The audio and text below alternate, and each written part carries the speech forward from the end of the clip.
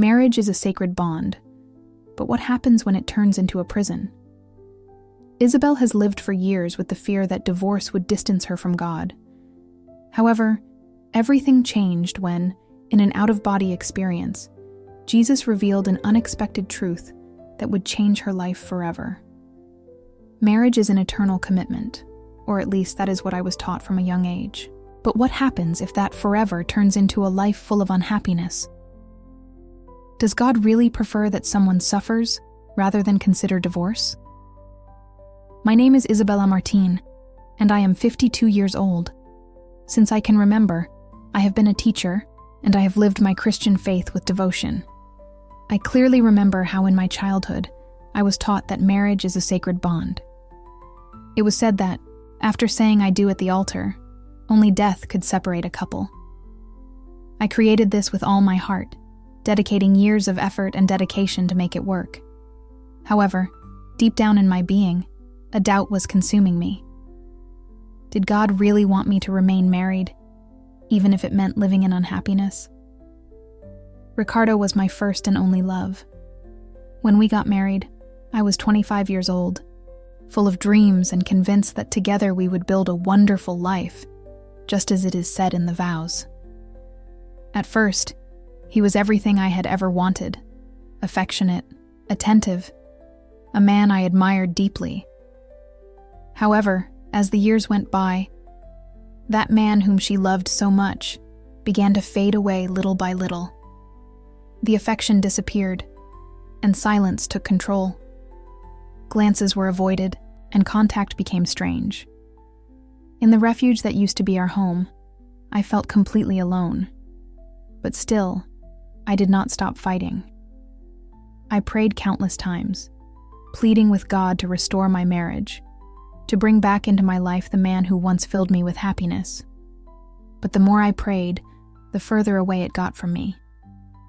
It was then that a disturbing thought began to arise in my mind. What if it never returned to being like before? What if that story had already come to an end, but I refused to accept it? However, just imagining it felt like a sin to me. At least that's what I was taught. Divorce was not an option. That was what the church said, what my family asserted, what echoed in my mind every time I looked in the mirror and saw an unhappy woman. I fought intensely to find reasons that would convince me to move forward. God hates divorce, they repeated over and over. Marriage is an unbreakable covenant, they asserted firmly. Despite everything, I continued on my path, striving to accept that this was the reality I had to live. After all, you should feel grateful, don't you think? Sad? Ricardo never hit me, never cheated on me, nor forbade me anything. But is that enough? Is it enough to justify a whole life beside someone who no longer loved me? The most painful thing of all was the loneliness I felt from not having anyone to share my thoughts with. Every time I tried to open up to one of my sisters at church, the responses were always the same. Be patient, submit, wait. But deep down, I wondered if this was really what God wanted for me, to live in a loveless marriage. I didn't want to be wrong. I didn't want to betray everything I had always believed in. However, an inner voice kept whispering insistently, "What if you are wrong about all this?" Doubts began to suffocate me. Every time I tried to find answers, I only found more condemnation. If I decided to stay, suffering would be my only companion. But if I chose to leave, I might be sealing the fate of my soul. God seemed to want to see me trapped in a marriage devoid of love and hope. However, on an ordinary day, something unexpected happened. Something that completely transformed my reality. Something that tested everything I thought I knew. However, the answer I longed for did not come from a pastor, nor from a book, nor from a prayer. I emerged from a place where no one wants to be, from the other side of life. I have no memory of the fall. I cannot recall the precise moment when my body gave way and collapsed onto the cold floor of the room. I only keep a silence in my mind. A deep and absolute silence that seemed to engulf everything around me. The last thing I experienced was a slight dizziness, a strange sensation that took hold of my body, as if I were suddenly being absorbed by my own being. I blinked a couple of times, trying to clear my vision. And then, without warning, darkness took hold of me. But I remained there, fully aware. It was a strange feeling, as I knew something was not right. I heard voices in the distance, muffled, as if they were coming from the other side of a wall. Laughter and screams of despair intertwined in the air. "My name is Pei. Chegalama, that is my name." But I couldn't respond. It was at that moment when I understood the truth. I was watching myself.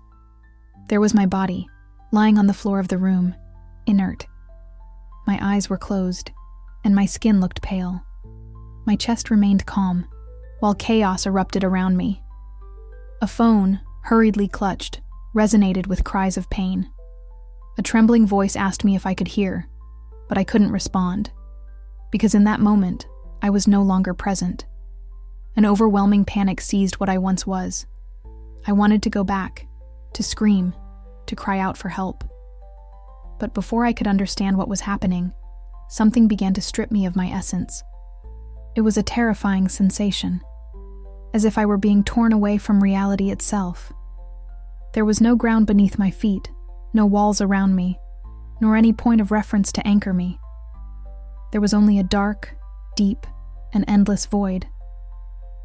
And in that abyss, I sank. Fear took hold of me, like a shadow I could not escape. I tried to fight, clinging to something, but there was nothing to hold on to. My thoughts spun in a chaotic whirlwind. Was this death? The goddess was there, imposing and serene. Suddenly, from the darkness, voices began to emerge. At first, there were whispers, soft and distant, resonating from all corners at once. They were unknown voices murmuring incomprehensible words. But suddenly the atmosphere changed. Screams erupted, filled with desperation and pain. Screams echoed around me, as if a grieving crowd were suffering in the darkness, with no way for me to glimpse their faces. My heart, if it still beat, took an unexpected turn. An icy chill took hold of what was left of me. The fear was total, enveloping. In the midst of that darkness, a voice emerged with clarity. It was not shrill, but sharp, resonating with an intensity that made me shudder. "Now you know." My mind began to whirl in a whirlwind of thoughts. Did he know? What did you know? What was really happening? And so I started to observe. Around me, the shadows began to come to life, taking on distorted shapes. Some resembled human figures, while others were completely alien. Some moved slowly, while others remained still, but all shared the same expression of deep terror. I tried to run, but there was nowhere to escape. I closed my eyes, or at least I tried, as they were sealed in darkness. It was then that something began to transform. In the distance, a dim light emerged, a timid flicker that gradually started to expand. With its growth, memories began to flood in, like a tide that sweeps everything in its path. I remembered the doubts that tormented me, the sleepless nights in which I wrestled with my thoughts, trying to understand if it was a sin to desire separation. I felt the weight I had carried for so many years, the fear of being condemned, the fear of making a mistake. And suddenly, I understood where I was. Fear took hold of me, and a disturbing certainty began to invade my thoughts. What would happen if everything I had heard about divorce turned out to be true? And what if, in reality, God abhorred it? I wondered if, in trying to free myself from a life that made me unhappy, I had sealed my fate towards something even worse. But before despair could take hold of me, something extraordinary happened. A bright light began to expand, illuminating everything around me. The shadows retreated, as if they feared that brightness. And in that moment, I was not alone. It was us. It was an intense light, but surprisingly, it did not hurt my eyes. On the contrary, it explored every corner of my being, probing into what I truly was. My sins, my fears, my weaknesses were not hidden. It was in that moment that I understood I was no longer in that place of shadows and screams. Everything had changed. The ground, which had previously seemed non-existent, now felt solid beneath my feet, although it was not entirely earth. The air, dense but not suffocating, enveloped my being. And in front of me, something or someone was approaching, breaking the stillness of the moment. At first, it was just a silhouette, tall and imposing, but as the light softened, its figure began to take shape with greater clarity. My heart, or what was left of it, started to beat strongly. A tremor ran through my body, a sensation I had never experienced before. Hey, did you know? It wasn't fear. It was reverence. It was a recognition that emerged from the depths of my soul. Every fiber of my being cried out what my mind was still trying to comprehend. It was him. I felt my mouth go dry. I wanted to speak, but the words wouldn't come out. My legs were shaking. A knot formed in my throat, and before I could react, tears began to slide down my face. But they were not tears of sadness. It was as if, for the first time, I was completely vulnerable before someone who could see every corner of my being, and yet, that person did not reject me. Then, they began to speak, and he only pronounced my name, Sabella. In that moment, I felt that the entire universe stopped to listen. My mind was flooded with questions, but my lips remained sealed, unable to articulate a single word. I wanted to explain, justify, and express that I was not sure whether what I was doing was right or wrong. I simply wished to act in the best possible way. However, before I could articulate a single sentence, he continued speaking. I felt fear take hold of me, a chill that ran through every corner of my being. Yes, I felt fear. Fear of being condemned. Fear of having made the wrong decision. Fear of being there because I had displeased God. But somehow I knew it, as if there was no need to ask. You, knew everything. The silence enveloped the place. It was not an empty silence, but one filled with meaning. Suddenly, images began to emerge around me, as if I were immersed in a dream. Everything seemed so vivid and authentic. I found myself younger, dressed as a bride. My face shone with joy, and my heart overflowed with hope. It was my wedding day, the moment I promised eternal love, the instant I believed I would never feel alone again. But the scene transformed. Now I was sitting at the table, holding my wedding ring, turning it between my fingers, lost in deep thought. My face reflected exhaustion, and my eyes, reddened from tears, bore witness to my pain. I knew for certain what day it was, the day I realized that the love that once blossomed between us had vanished. In another scene, I found myself kneeling by the bed, silently pleading, searching for an answer, yearning for guidance to show me the way forward. And so, at the moment my body collapsed to the ground, I experienced the moment of my death. The shock's impact coursed through me from head to toe, leaving me trembling. What did all this mean? It was a judgment. God was revealing to me each of my mistakes, showing me everything I had done wrong throughout my life. The voice resonated again in the air. What did you learn? I opened my mouth, but the words did not flow. It was at that moment that I understood, for the first time, that I did not have an answer. For years I had been on a constant search for a justification, for something that would provide me with absolute certainty about what was right and what was wrong. But now, looking him in the eyes, I understood that my greatest concern was never the dilemma between good and evil. My true worry has always been fear. A deep fear of being condemned, of being judged, of making mistakes.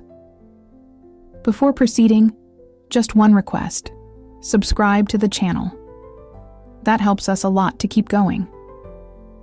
But at that moment, the fear completely faded away. There was only one truth that I still couldn't fully understand. Before we continue, just one request. Please subscribe to our channel. It really helps us keep going. The scene blurred, and everything turned white for a brief moment. When I regained my sight, I realized that something had changed. I was no longer in that place. Now I was facing something even more imposing. I had never seen anything like it. The environment surrounding me defied all human logic. It was neither a temple nor a courtroom. It was neither heaven nor hell.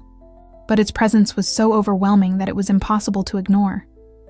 In that place, you knew that the truth would be revealed without reservations. There was no way to escape. The feeling of being completely exposed lingered in the air, enveloping me. I felt tiny, but despite that, not insignificant, fragile. However, in that moment, I felt that I was being held by something I could not fully understand. I was aware that I could not lie, much less pretend. And at that precise moment, I realized that there was no longer room for excuses, justifications, or convenient interpretations. Then she spoke again. "Isabella, what do you think an alliance is?" I blinked a couple of times, trying to organize my thoughts. My mind was a whirlwind of confusion. "A ring is a commitment," I murmured in a voice that barely managed to stay steady. "Something that must be preserved." Silence. And then, as if I were in a movie, new images began to emerge around me. But this time they were not mere fragments of my life. They were complete stories. Stories of people I had never met, but who, in some way, were intertwined with my life. It all began with a young woman, sobbing in the solitude of the altar of an empty church. Her hands trembled visibly as she took the ring off her finger. Her heart was shattered, but in her eyes shone a determination that had cost her every ounce of strength she had left. Before him, a lonely man held an old photograph, and in his gaze reflected a deep remorse that seemed to overflow. He had betrayed his wife, and with that, had lost everything he valued. At that moment, I was watching a mother with her little ones, struggling to stay strong while she signed a document. Her own marriage had been a true battlefield, and her body still bore the scars of that struggle, both visible and invisible. And then, I saw something that took my breath away. An elderly couple, sitting next to each other, holding hands. The love they shared still shone brightly, but there was something more in the air. A weight, a silent burden that seemed to have gone unexpressed. And in that moment, everything made sense. I understood that not all marriages are the same, that each story has its own ending. For the first time, a question began to germinate within me. Does God see marriage the same way for everyone? Before I could dive into my thoughts, his voice resonated strongly once again. The alliance I forged with man has always been based on the heart. It was never just a matter of rules. My eyes opened, filled with wonder as he continued. How many wear rings on their fingers, but have broken their vows deep within their being? How many marry solely for convenience, with love not being their true driving force? How many have shared decades of life together, but have never managed to become one in spirit? And how many have been separated by the harshness of men, yet they remain united before me? A shiver ran through my body. Why? Deep down, did I already know the answer? I did not conceive of marriage as a prison. No, I created it to be an alliance. Piva. At that moment, new images began to appear before my eyes. This time, it was not about scenes from my own life, but about passages from the scriptures. I saw Moses addressing the people, explaining the law of divorce. I also saw Jesus challenging the Pharisees, pointing out the hardness of their hearts, Through Pablo, advice was offered on the difficult situation of being in an unequal love. And at that moment, his voice resonated with a new firmness. What I have always desired is a love that reflects the depth of my feelings for you. However, what they have done is transform marriage into a lifeless law, a burden that oppresses instead of liberating. My mind was in a whirlwind. I always watch you with admiration, seeking to please God. However, at that moment, I understood that perhaps I had never fully grasped his will. It was at that moment when he uttered words that made everything inside me come to a halt. Now that you have seen it, now that you understand it, do you still feel fear? My breathing became rapid and shallow. At that precise moment, I realized that the choice had always been before me. But the real question was, what would I do next? I wanted to respond. I longed to say no, that the fear had disappeared, that I now understood everything. But it wasn't true. I still felt that knot in my chest, as if something inside me remained trapped. The silence that surrounded us stretched on, becoming an eternity. I watched him, but I felt his gaze penetrating deep into my being. It was as if, somehow, he was forcing me to confront everything I had been trying to ignore for years. The fear was not limited solely to the divorce. It was not just about being right or not. The fear took hold of me, fueled by everything I believed I knew about God, about marriage, about good and evil. However, at that moment, everything began to transform. Around me, the atmosphere became strange. The light that had previously enveloped me with its warmth started to fade away. Little by little, I realized that we were no longer alone. People began to appear around us. At first, they were just distant figures, almost like shadows. However, as my eyes adjusted to the dim light, I started to recognize some faces. They were women I knew. Some were older, others were still too young. Some wore simple garments, while others seemed to carry the weight of a lifetime of struggles on their shoulders. Some showed empty gazes, while others had eyes filled with tears. And then, I understood. They were like me.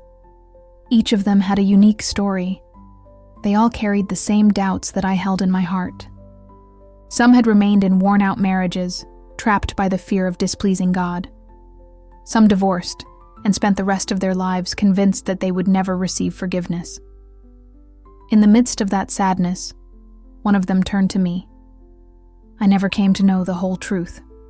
Her voice, soft yet laden with pain, resonated in my ears. I lived with a man who never loved me. I endured hurtful words, deep silences, and glances that conveyed to me that I was not enough. I thought that if I worked hard to be a better wife, if I prayed more fervently and fasted with more dedication, God would transform my marriage. However, he never changed. I have dedicated my whole life to convincing myself that this was what God desired for me. At that moment, a younger woman approached with red eyes, as if she had been crying for a long time. And I, in contrast, felt completely different. I couldn't take it anymore. So I made the decision to leave. However, I was warned that by doing so, I would become impure. They told me that I would never be able to marry again, that I was doomed to live in solitude. Despite everything, I tried to move on with my life. I tried to start over, seeking a light in the midst of darkness. I have always felt a deep fear of being outside of God's will. I spent years questioning whether I still had the opportunity for salvation. Every word resonated in my heart, as if those voices could be mine. And then, suddenly, I heard her voice again. How many of us carry burdens that were never imposed on us? Take a deep breath. How many people live trapped in guilt for what has already happened, without ever questioning what their true will is? An overwhelming silence took hold of all of us, because deep down, we all knew the answer. Throughout our lives, we have been surrounded by men's opinions about God. But how many of us have taken the time to ask him directly? How many have sought the truth for themselves, without fear of what they might discover? It was in that moment of reflection that something profound changed within me. The fear did not fade immediately, but something began to be released. It was as if invisible chains, which I didn't even know I was carrying, were breaking. In that moment, I understood that something important was about to happen. First, I felt a slight tremor within me.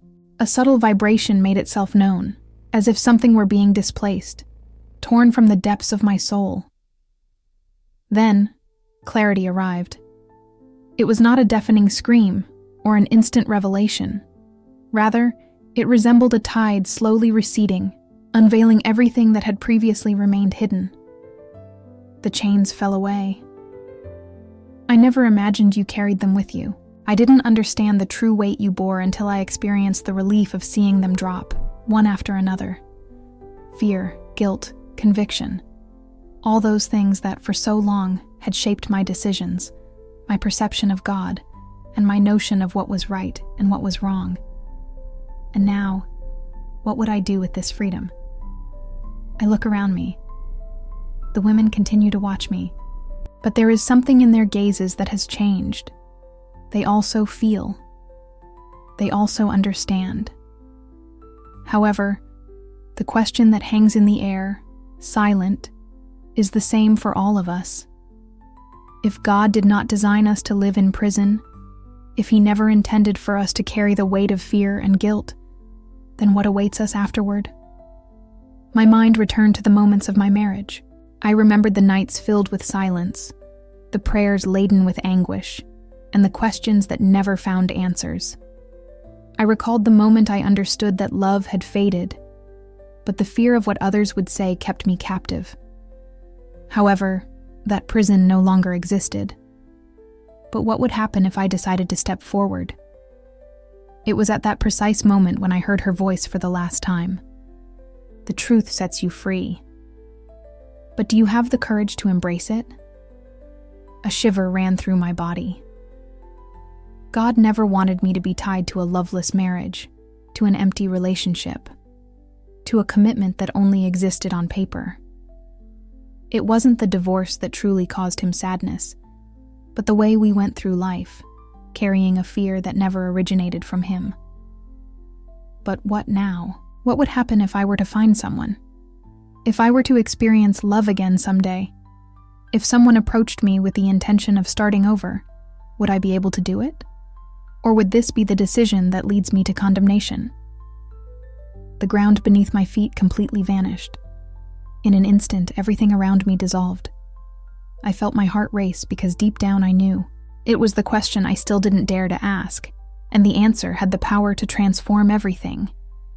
Now that I have returned, now that I have discovered the truth, a question echoed within me like thunder. Can I remarry? This question was not only about the divorce, it was much deeper. If God did not wish for me to remain trapped in a lifeless marriage, what would He think about the possibility of a new beginning? Is remarrying truly a new beginning before God? Or could it be an even greater mistake? I believed you already had all the answers. But now I understand that the most complicated question is yet to be answered. What a transformative testimony. Isabella's experience invites us to reflect on a deep and meaningful topic. God does not want us to live bound by fear. Instead, He calls us to discover in Him the truth and freedom. The Bible teaches us in chapter 8, verse 32 of John, "And you shall know the truth, and the truth shall make you free." We sincerely thank Isabella for sharing this intense and revealing journey with us. And to you, who have made it this far, we wish that God illuminates your paths and fills your hearts with peace. See you in the next video.